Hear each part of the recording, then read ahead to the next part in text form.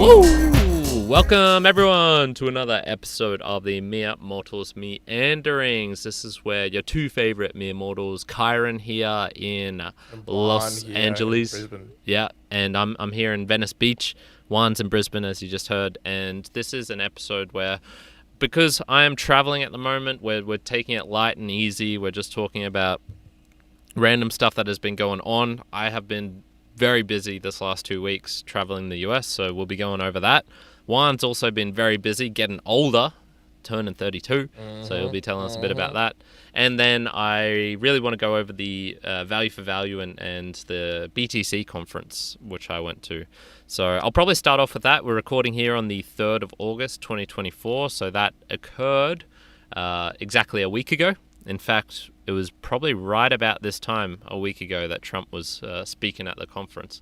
And man, you could not avoid it. It was the topic on like everyone's lips. Oh my God, Trump's going to be speaking. And, you know, I didn't go to the conference at all. I went near it because we were kind of just outside of it, a lot of the value for value and music stuff going on. So I got to see some of the, barricades, some of the, Secret Service cars and all that sort of stuff. But yeah, for the most part, it was just silly. It was just silly. And if you look at the speech afterwards, which I haven't done, but I've caught snippets of, it's also just like, it's just a politician, guys. He's just going to say whatever he needs to say to get your votes. So, not focusing on that, focusing on the value for value and I suppose the portions outside of that. It was really, really cool getting together and meeting just a whole bunch of people. So over the course of those kind of like 3 days, so I flew into Nashville on the Thursday and I drove out with Dave on Saturday afternoon. I got to meet, TJ Dorfel and his family. I met about his half. Family? Yeah, 3 or 4 of his brothers. Dude, that's actually his sister. sick, man. That's so sick. Man, and he has just got the most. Everything about their family is just so Dukes of Hazzard. It's awesome. It's so Nashville. Everything about them is Nashville mixed with Florida, because that's where they were from. So they've got like, even just in their family, they've got some Florida man stories, which is just hilarious. I loved it.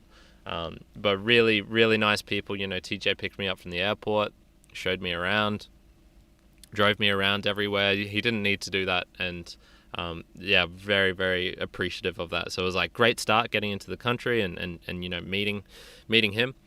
I then in the evening went to a concert with Ainsley Costello, Just Loud. There was, I think, one of Joe Martin. So these are all kind of value for value musicians' names that I'm listing off here, and some of the kind of the bigger ones.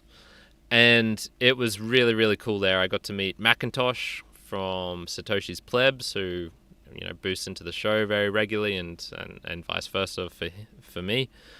Once again, like, I had no idea what that dude looked like, and I had no idea what to expect. So it was really cool just meeting him in person and seeing that. What else? Who else did I meet? I got to meet Oscar Merry and Nick Molster from Fountain in the flesh. Dave Jones arrived a little bit later because he was coming straight from work from Alabama, so he had a bit of a drive ahead of him as well. Who else did I meet? I met, just random people, Eric PP, Dirty Jersey Whore, all these like random names that I kind of know and you might roughly know. They're all on our leaderboard. It was just really fascinating seeing, okay, there's, We've done this so much value for value podcasting 2.0 for 3 or 4 years now, and just getting to meet them in person really opened my eyes and made a big difference, and go like, yeah, this stuff's real. There's people who are investing a lot of time, energy, money into all of what this is kind of promising, I guess, or what's being created. So once again, it was that feeling of, I guess, community and meeting people in real life. Dave Jones is just an awesome human being. I love that guy. And I thought I would, but it is also cool just meeting him in person, being like, all right, he actually is as cool as I thought he was. And honestly, I told him this, it was worth the whole trip just going to meet him. Just meeting him and spending some time with him and his family was awesome. Yeah, really, really good fun times. I don't know, did you have any questions about the conference or the V4V stuff and music that was going on? Well, more so, honestly, no. I guess the answer would be no, but more would be your sentiment towards what's the state of what the state of play across V4V and in general. I guess more like crypto and the idea and the feelings. I guess when I went to Veecon 2 years ago, for me there was a lot of excitement. Everything was going up. Everyone was Yeah, really of course. excited. Whether the same sentiment was kind of shared across people in those two sort of events. Yeah, I mean, all of this stuff is kind of predicated on price for the emotional side of things. So there was certainly a lot of pretty happy people at the Bitcoin conference because they're pretty close to all-time highs in terms of BTC price. So I saw a Tesla truck with what was it? It's like the Taproot Wizards, just like really ugly pictures painted or plastered on the side of their Tesla with BTC logo as well. So just straight up flexing. So there's people with wealth and who are willing to splurge and show it. The actual atmosphere, it's one of those ones where I get the feeling this is kind of my version of being in Bitcoin, but 10 years ago when it was just you'd go to a money type of conference and there was just a single Bitcoin booth with Eric Voorhees and Charlie Shrem and a couple of the those types of people. I get the feeling that was the similar sort of thing, where it was just we're all in a room opposite the conference, playing live music, streaming sats, doing, I think, pretty complex things in terms of the live streaming and video and being able to get real-time interaction back from the audience at home. And I think it's just the building blocks of that. It will still take 5-10 years perhaps till it's real easy and everyone can do it. But yeah, I think it's powerful. I think it's powerful, and the whole setup that was created for it, and what the Costellos in particular were doing to really push this forward, it shows that value for values affects other people the way it affects me. So yeah, and once again, like technology wise, I don't know. Bitcoin makes the most sense for me at the moment. It's got the most people, who hold it, who are doing things with it. But whether it's all on the Lightning Network, whether in the future it's Solana meme coins, whether it's any and all of the above, but you only see it in fiat terms because it's just hidden behind, the complexities hidden behind a nice, smooth interface. Who knows? But I still think the core concept remains. And yeah, it was just awesome. I got to go on another Podcasting 2.0 show as a kind of like co-host guest with Dave and some of the other people. Dovidas from RSS Blue was there. It was awesome, man. It was really, really fun, and I didn't necessarily need all of that to give me confidence. I was already pretty invested, but it doesn't hurt either. It does make me go, yeah, there's all these people doing stuff, and they're real people, and I can see they're serious people as well. They're not all just kind of like la-di-da, like, oh, this is kind of fun, but also doing 10 other different things on the side. They invested a whole lot of effort and energy into this. Solidified your thoughts around the whole space. Yep. So yeah, that was I guess my kind of impression just of the conference and V4V. So why don't you give me a little bit of details about your the challenge you did with your fiancée now, I guess. I hope you have proposed. How'd you propose? Was it Joey level ridiculousness with hot air balloons? Not at all. Not even close. But it was just In a way, it was with my daughter, like just getting her involved in pretending it. But it was one of those where we knew it was going to happen. We were just planning when we were going to do the wedding and stuff like that. It was more customary. It's just the process that we were going through. So there wasn't that much behind it. It was more like, let's go and enjoy a weekend away in a really nice place, somewhere else beside Brisbane, and do that, and then start preparing for the wedding. So, yes. Yeah, I guess that's the touch point. I talked about this on the monthly goals. We did a competition, which was it was interesting, man. I think for a long time I haven't done anything like that, like a competition per se. I think I put it down on a couple of. I think there was an annual goal last year to do some sort of comp, whether it didn't have to be particularly CrossFit or running, or could just be whatever. And I didn't end up doing it. Didn't end up pursuing anything. And actually, this particular opportunity just popped up a few weeks ago. It's a new gym that is kind of like the sister gym for the current gym that I go to. They've got kind of same setup, but they've got a few more machines basically. And they were doing what they called the TAC 10, which the gym's called Tenerife Athletic Club, and it was a 10-kilometer challenge. And 10 kilometers was 1 kilometer ski erg, 2 kilometer row, 3 kilometer bike erg, and then run 4 kilometers. That was basically it. Mm-hmm. And it was in partners, so you could do male partners, female partners, or mixed pair. And I was like, you know what, this would be cool. I'm gonna try and sign up my partner. I think this would be fun. Now, just as how it all went. Was she happy to be signed up to this? she was happy-ish enough to be signed up. Obviously, the fact that I was doing it with me was fair enough. But to give you an idea, I think prior to the actual event, the longest that she had run before she has run, a certain amount of distances, but for the last, let's just say 4 years, I think the longest she'd ever run was 400 meters at best. So you can imagine what was going to happen next. So, the event was fun. It was really, really, really, really well laid out and set up. The people who hosted it are also similarly people who host world level competitions. So they do the semi-finals across the entirety of Australia. So they know how to set up, a competition and stuff like that. So it was really nicely run, laid out. I think we were heat 4 out of 8 heats. And it was just fun, man. It was nice being out in the sun. As I mentioned as well, it's starting to warm up here in Australia. Thank gosh. But we were in the sun, man. And it was like, you worked up a good sweat, real quickly, not just from working out, but just from the sun itself. So it was all done outdoors. It was what you'd expect from a competition. You kind of just move forward. It was shared. So what I mentioned of the 1 kilometer ski erg and 2 kilometer row and 3 kilometer bike, you kind of shared it with your partner. So you went back and forth however you wanted.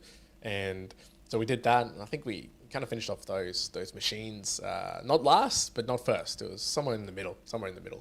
And then the run came, and then it was just it then became, and one of the things I was actually noting, we weren't there. We definitely weren't there to, win. We weren't there to set a good time. In fact, we actually swapped lanes with another couple because they wanted to be in a lane which was 1, closer to the kids, and 2, out of the sun because the guy was a ginger and he didn't want to get burnt. We're like, whatever.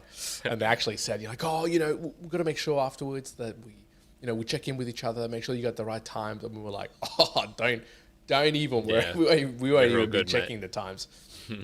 So the run ended up being just let's get it done. And it was one of those feelings where, we'll run from one point to the next point, and then we'll walk the next point, and then we'll run from here to here.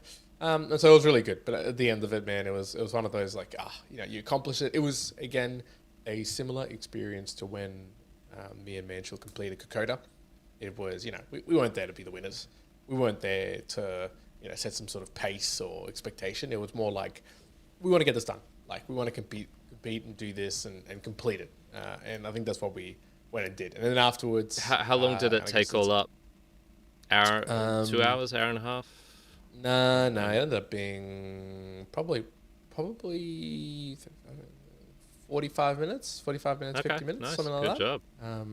Yeah. So it was a run that if we'd practice running with my partner, then it might have been even faster. But yeah, it's 35 minutes all up. 45 minutes or 50 minutes all up. It didn't honestly didn't even check the time, but it was around there. So that was good fun.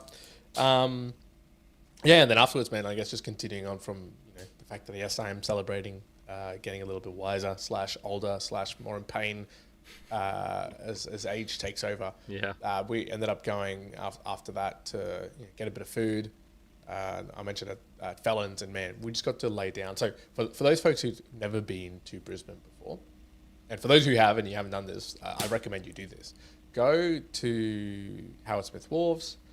Go to where the beanbag section is. There's a little beanbag section that you can sit basically by the river next to a wharf, and lay back, order yourself a drink or a bit of food, and man, it was a really, really laid back, really calm, really chilled out environment. We're getting a couple of salads, sat back, and as I mentioned to you, it's starting to get warm enough now that I was starting to make a bit of a sweat. So, we probably sat there for about half an hour, 40 minutes, and then moved on to another location. But it was super relaxing, man. And then after obviously doing that sort of challenge, it was like, oh yeah, this is well worth it. And then we topped it off with a massage afterwards at a nearby just like location. So that was awesome. So it was really good, man. It was really good. The birthday was fun, and then we on the actual day I celebrated it by eating not 1 but 2 meters of pizza.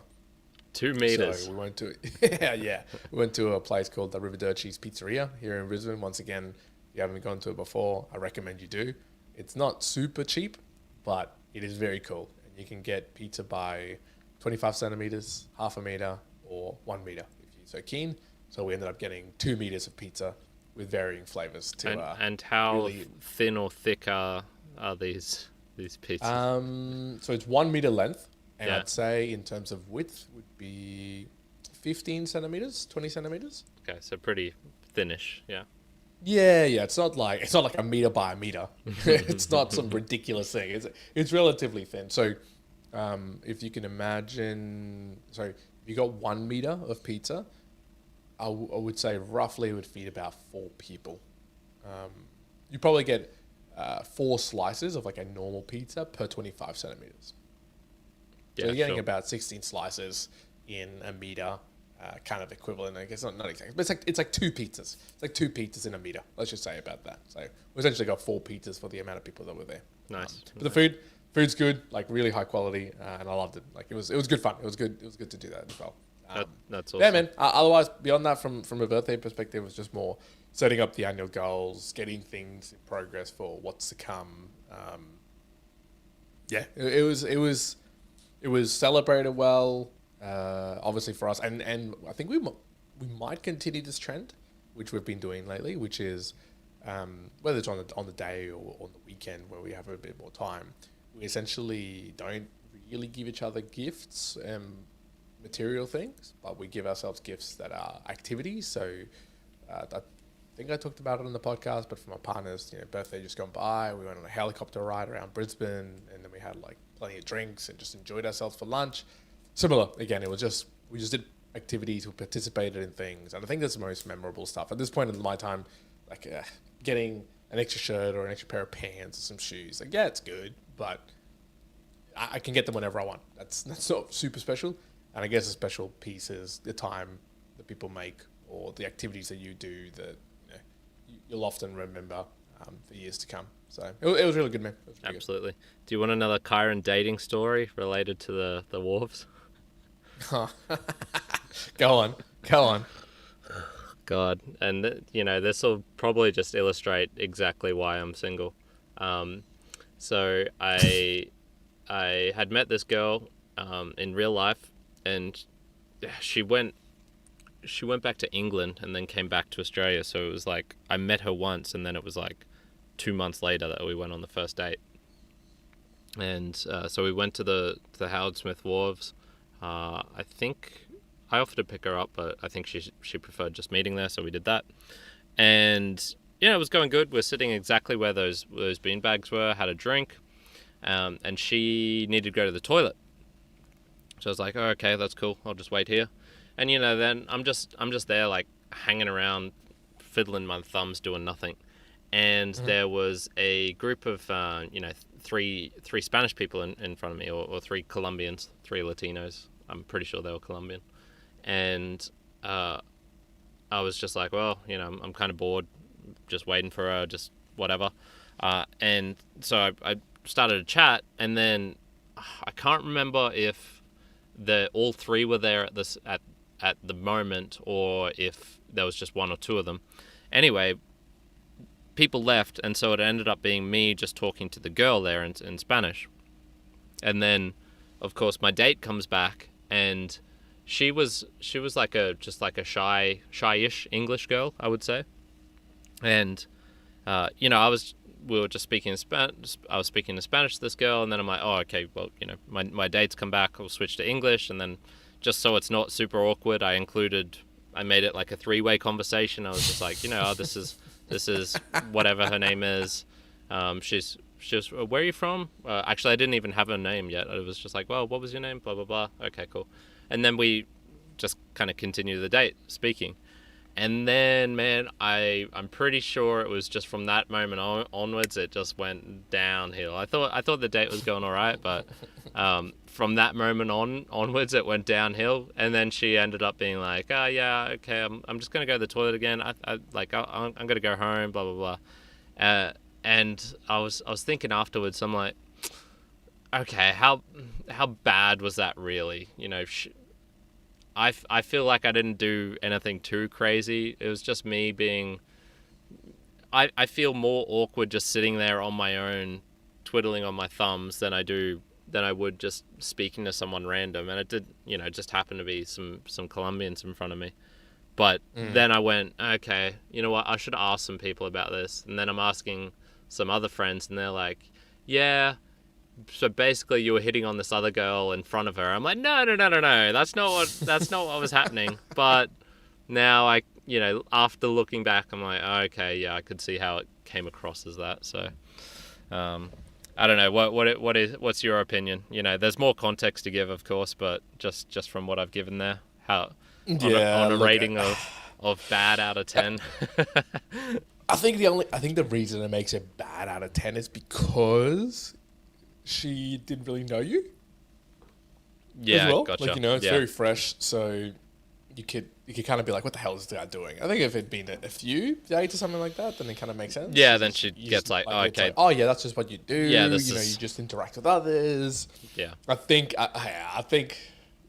given the freshness in generality, I'd go, unless you've already given off this vibe that you're like a super, maybe extreme extrovert or something, then perhaps it wasn't the smartest.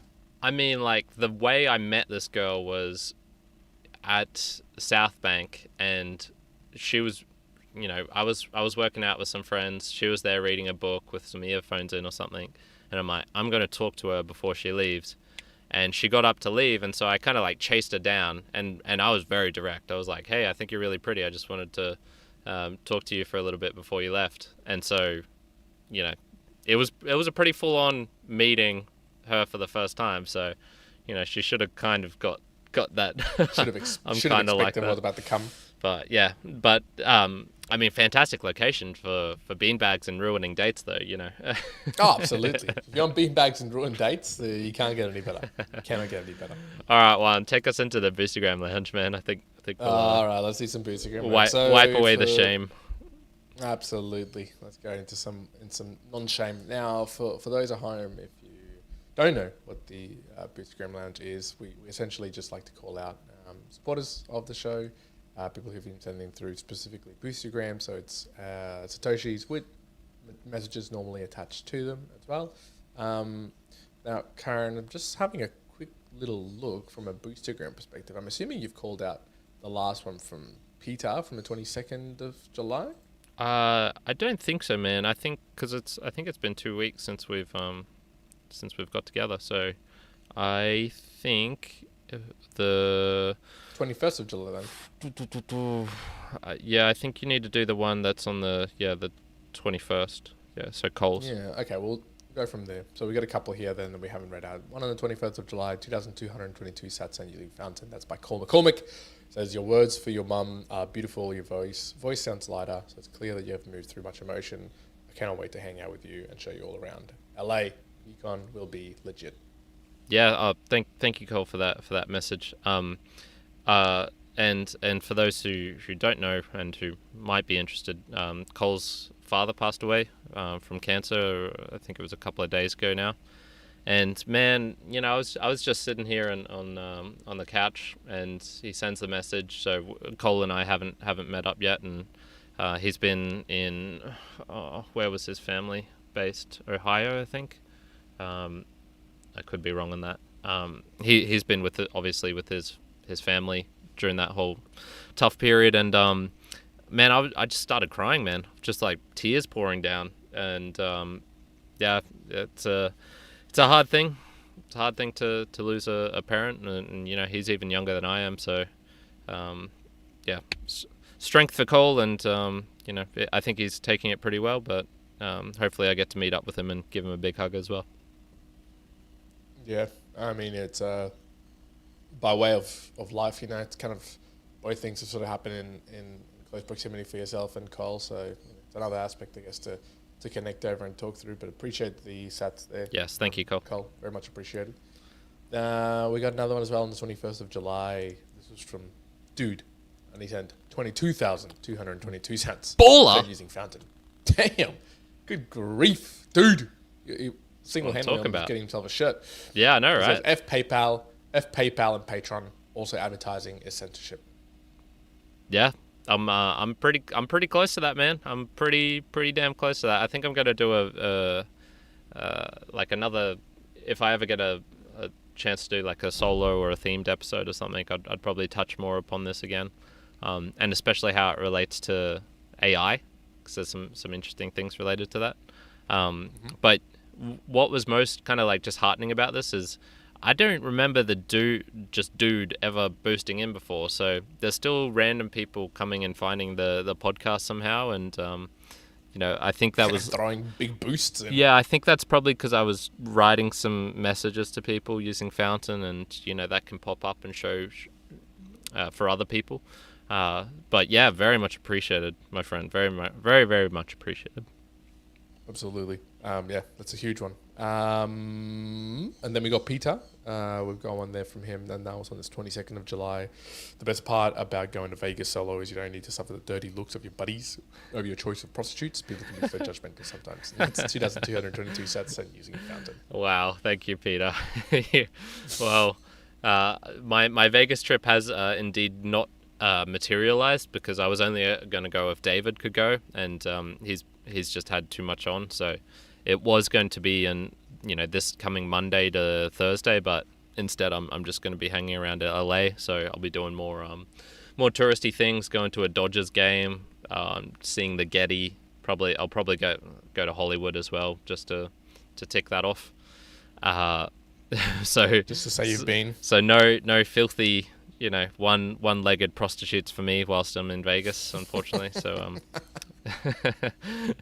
saved yourself there. There's the only prostitutes that I deal with are the ones who chat me up in Brazilian supermarkets. Those are the only ones. I told that story, didn't I? You did. Yeah, okay.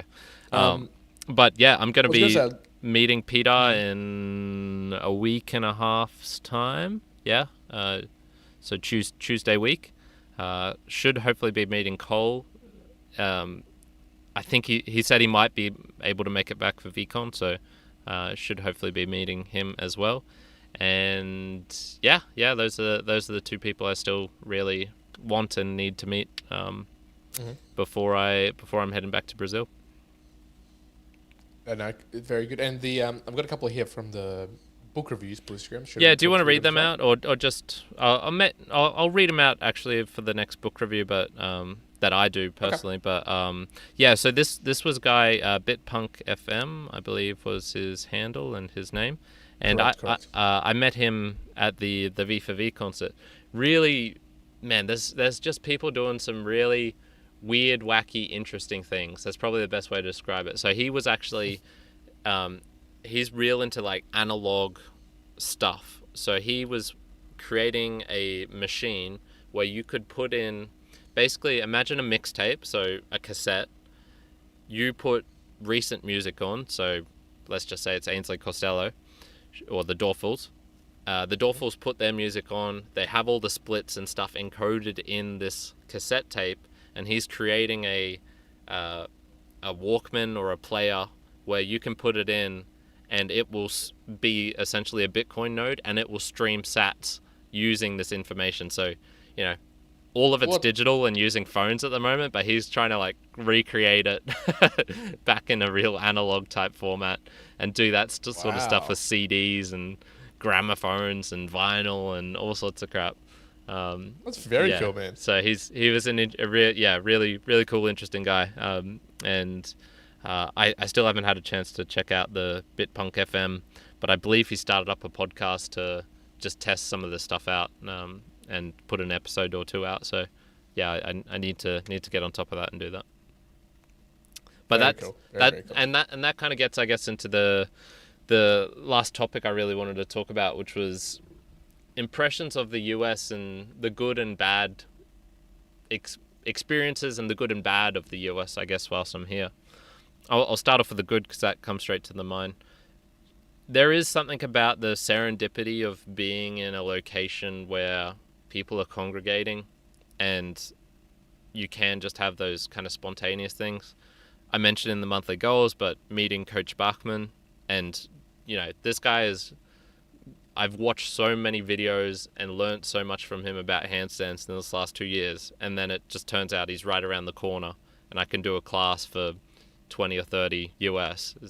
It's a no-brainer. Of course I'm going to do that. Whereas if I were to ever meet him in Australia or even just anywhere related to Australia, that could be years, if not ever, happen, because I don't think he does retreats and things like that. Same with the Bitpunk FM friend that I made.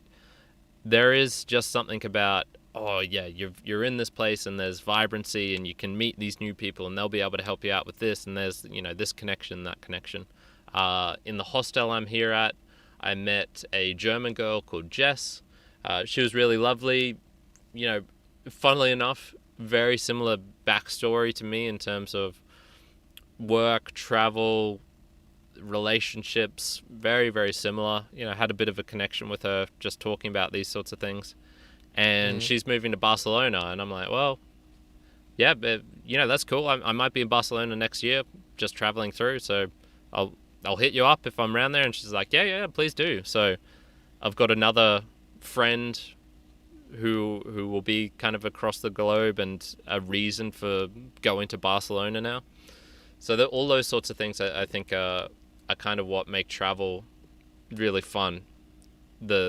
I didn't expect to meet her, didn't expect to meet Coach Bachman, who will know what will happen over this next week or two. I'm already going to meet a whole bunch of other random Aussies and Kiwis at Veecon. That's kind of already planned. So yeah, what did you kind of take away from your experience when you came to LA in terms of the meeting random people? Because you did a lot of that in Veecon 2022.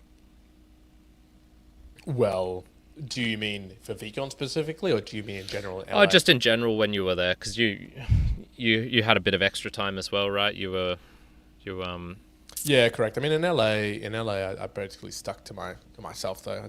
I didn't really connect with anybody. Sure. I stayed at in large part when I went to the US for that particular trip, it was kind of like a relaxation, enjoyment, and so I was in LA, stayed at like a nice hotel by Hollywood, and just relaxed. A lot of the times I just spent on my own, going hiking up to like the Hollywood sign and visiting different areas. Did a humongous walk. I could probably go back and look, but I think I've walked one day I walked 20 something kilometers or something like that from the hotel I was in to just explore the area. So it was just more a solitude type trip, which was nice. It was actually it was what I wanted in terms of. Then from there, when I went to Veecon, it was just hardcore interaction and engagement and meeting people. So it was very, very different. But from an LA perspective, there was that. Although I do have one particular interaction in LA, and it was in the hotel that I was staying, where I talked to a few people, and they were having staycations, as you call them, holidays at home, and got to see, I guess, what are maybe not like the high end LA, but middle high end LA looks and talks like and stuff like that. And to be fair, I was like, oh, I don't want to have too much of that. So it was much more of a solitude and that enjoyment for me when I went to LA last time. Sure. Do you have any recommendations for me for getting the most out of Veecon while I'm there? So, yeah, honestly, you know, I know there's talks, I know there's just stuff to do around, but I have zero plans for those 3 days. Yeah, to be frank, and from what I remember from the first year, it would be don't even bother trying to go to multiple people's conversations and presentations. It would be just focus on literally one or two. Like if you really look at them and they're like, oh, you know what, this one is the real one that I want to go to. That's all you do. Like literally, that's all you do. And the rest of the time, it's actually better spent just walking around the whatever area, conference area is, because there's just so much other things happening all around. If you try to go to like multiple different talks, you just get pulled around too much and you don't get to just experience it yourself. So Sure. that for sure. And then very, very obvious, very, very easy is the after events and making sure you can get yourself into the after parties, which are definitely the funnest thing I think on some of these conferences. All right, we'll do, good sir. I have already, made some virtual friends, and there's like Discords and things for that, and we're already going to do like a tour of LA on the Thursday beforehand. So, yeah, there is stuff where I'm already starting to meet some people, I guess, in that sense. So, yeah, that's one thing. Yeah, I think you'll have good fun, man. I think you'll have plenty of stories. Sure. Okay, well, I'll talk about a couple of like the negatives, I guess, I've seen from the LA, and not just LA, the US in general. I mean, my first 4 days were really rapid. Three in Nashville, and then drove down to Alabama with Dave. I.e., he did all the driving, and just got to spend the night with him and meet his family. So all of that was pretty compressed. I didn't really get to explore much, do much, see much. Alabama was awesome. The residential areas was so pretty. Every house had a porch on it. I was just expecting old people to come out and be playing the banjo. It was kind of Americana. Nashville was exactly how I kind of pictured it would be. Just blasting music, lights, people. I probably saw 10 separate, I guess you'd call them buses, party buses, where it was just females at 11 a.m. on a Thursday or a Friday, just partying, drinking, making a ruckus in the center of the city. It was pretty absurd, man. So Nashville was kind of how I expected: big, loud, and a little bit drunk.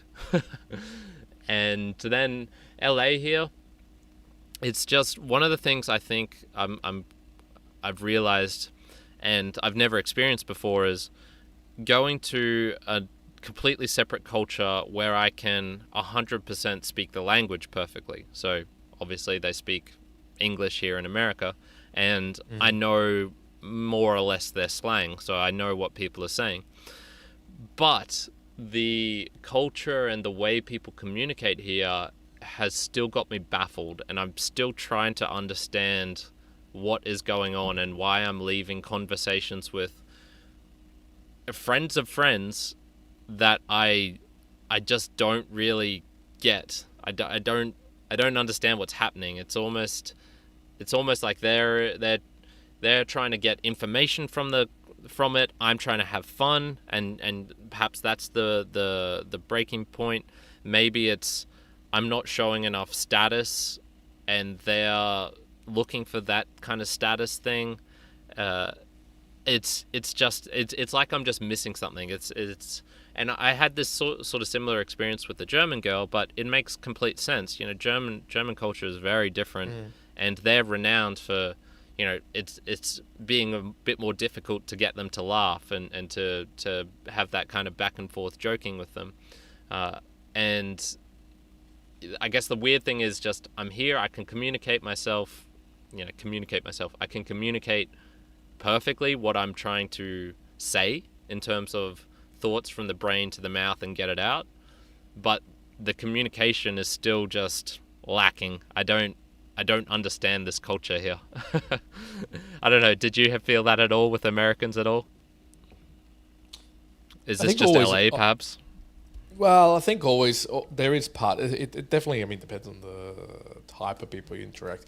Once again, in LA, I guess it was nice that I didn't interact with that many people to maybe feel that. Although, I think I get what you are saying. It's depending on the area, like you just mentioned, with the lookout for status or for the next step, where maybe you're coming into it. I did get a little bit of that in some conversations I had, where it almost just sort of seemed like a conversation was happening, but I'm only going to continue a conversation if it's benefiting me for another purpose. Like, oh, you know, do you know any people from this particular club, or do you know any people that could get me into this position, right? It's more of a transactional conversation as opposed to just a pure conversation for getting to know people.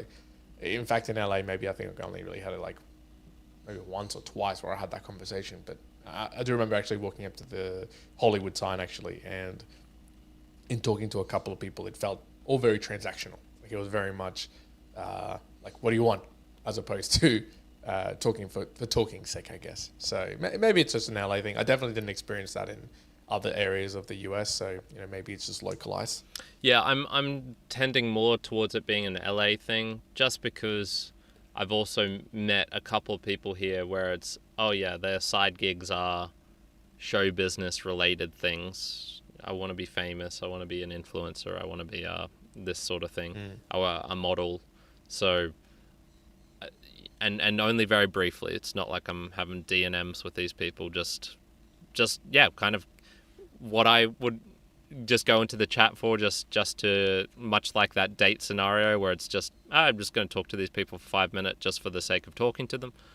And I'm not looking for anything from it other than maybe a joke or a laugh, or hearing something or learning something interesting or new.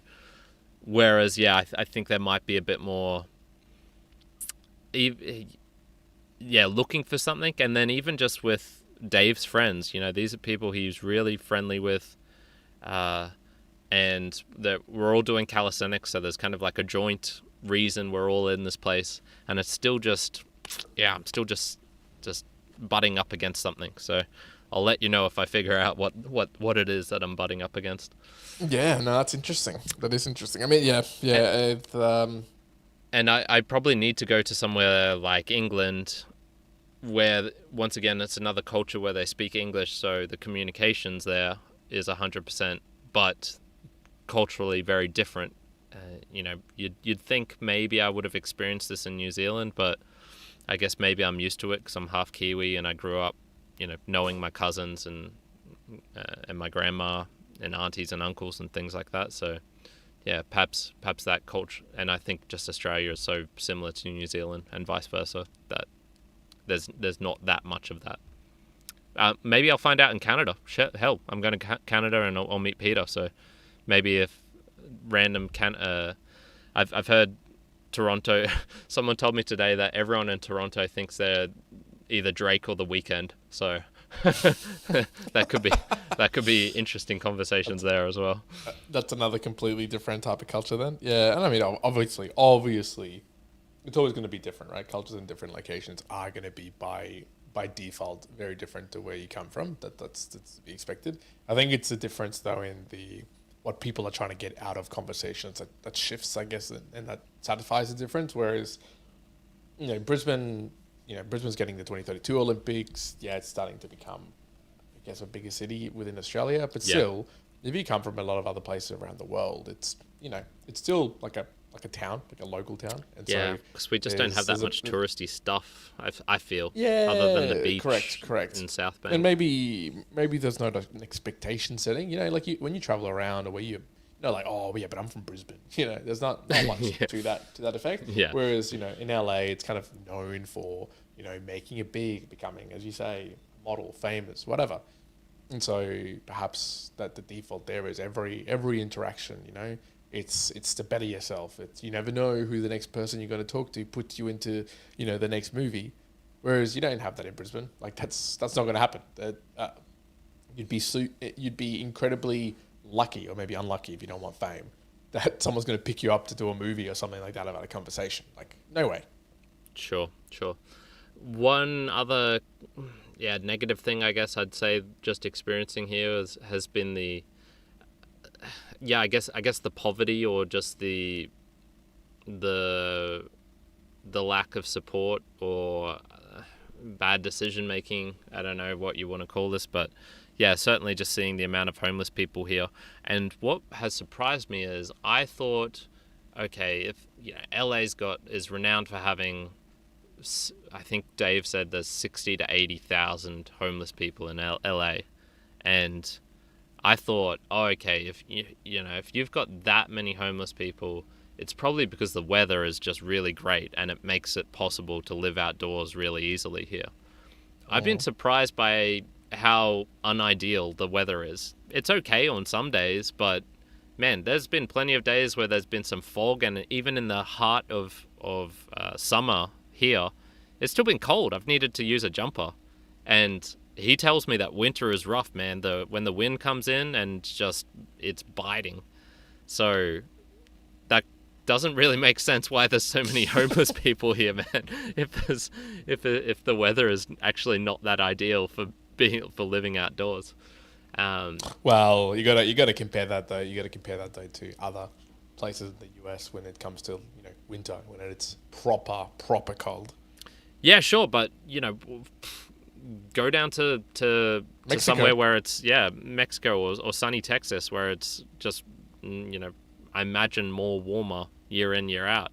So I don't know. That was probably just a bit surprising to me. I assumed that Venice Beach, California, it's sunshine all the time and good times all the times, but no, it's even just the weather-wise, it's been slightly lacking in my humble opinion. The craziness of some people is certainly out there, and I guess the default aggressiveness, you'd love it here. One default assertive, default aggressive. The what should just be a normal interaction, it can escalate so quickly. And I actually saw this where I was at the beach doing workouts with these bars. One of the guys, who is a friend of Dave, so therefore a friend of mine, he basically walked through a bunch of people who were trying to have a barbecue, and they were rudely in the middle of the path. He rudely walked through the middle of them, so both are at fault. Then they come over and they started talking about, disrespect, you're disrespecting us and things like this, and he's being a bit passive aggressive, apologizing, saying like, yeah, you're right, I apologize for walking through the middle of the pathway, just kind of that kind of response. Yeah. And then it just blew up. This whole other group got involved. A woman got smacked in the face. This kid ran to his bag and I believe pulled out a gun, and if it wasn't a gun, it was a taser or something like that. Dave thought it was a gun.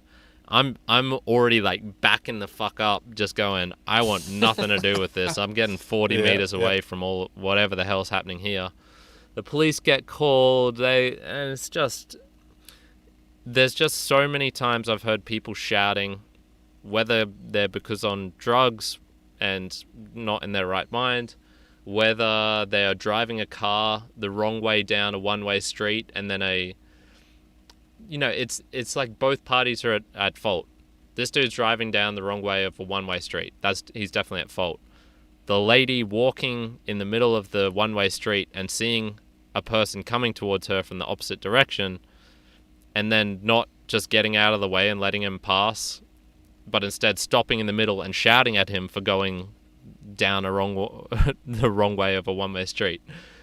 There's just a simmering of kind of aggressiveness and violence here, which I can feel. I can feel it all around. It's not as dangerous here as I felt in Guatemala City, for example.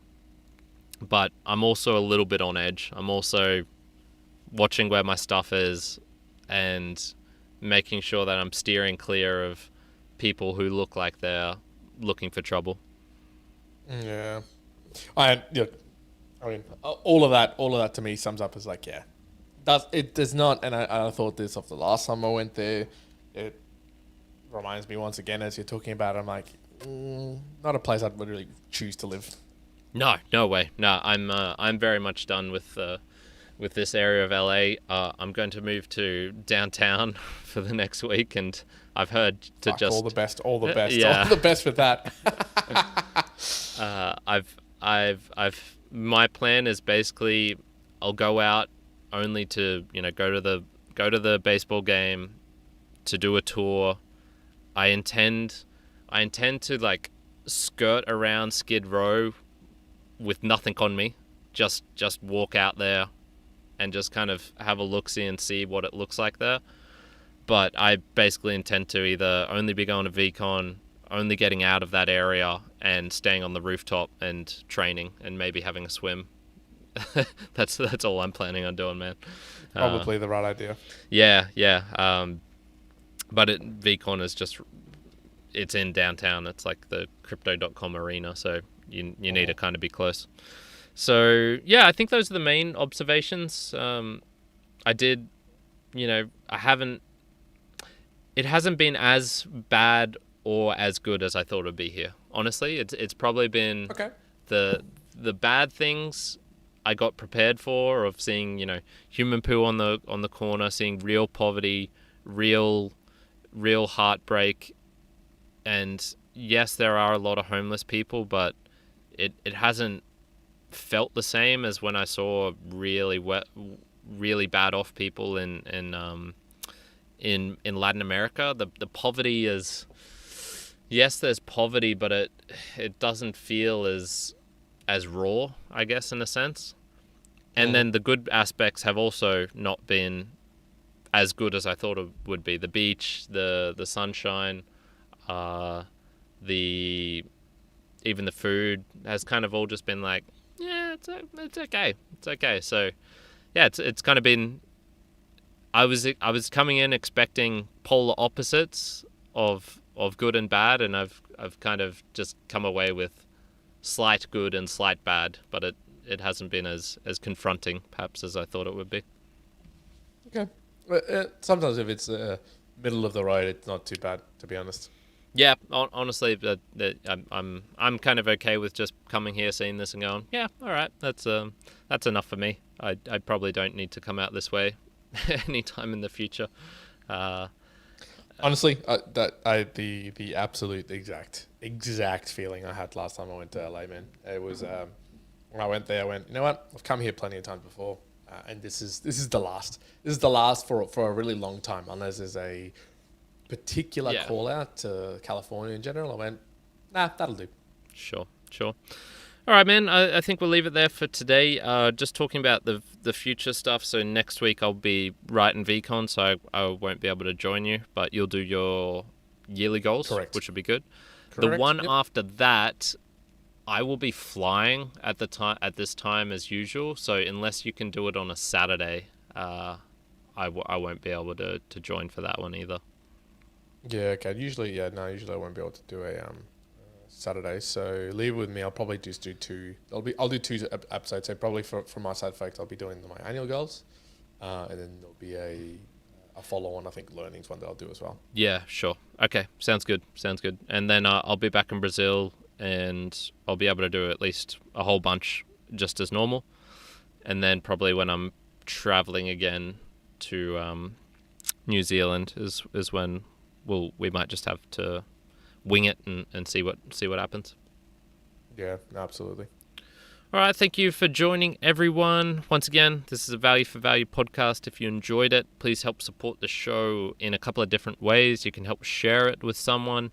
You can follow us on any of the social media as well to get updates for when episodes are released. If you have any topics, themes that you would like to learn about, investigate, write into us, and once again via any of the social media platforms is the way to go with that. And then finally, you can help support us monetarily, because this does take time, energy, effort, and money to host and put all of these things out. So going to meremortalspodcast.com/support, and in there you'll find a couple of different podcasting apps where you can help actually boost in and support us within the actual episode and give us a little bit of content to talk about as well, like Petar, like Dude, and Cole did. And then finally, there's also a PayPal link where you could swing through some PayPalians, some money, if you want to do that as well. Dirty fiat. Dirty fiat, indeed. Juan, do you want to take us out? Yes. Appreciate it once again, folks. For those who stuck around with the live session today, there's a bit of a mix around as normal, but for those who hung around and who are listening in, really do appreciate it. For those at home, once again, if you do want to support us, there's lots and plenty of ways that you can do that. Kyrin's already talked it out. One other thing as well is, as Kyrin's traveling the world and I'm doing plenty of things here back at home, if you want to hear us talk about any particular topics and things, feel free to reach out as well. Send through that message. It does help us out as well. Yep. For now, me and Mortal Lights, hope you're well, wherever you are in the world. Juan out. Cowabunga, Kyrin out, dude. Good.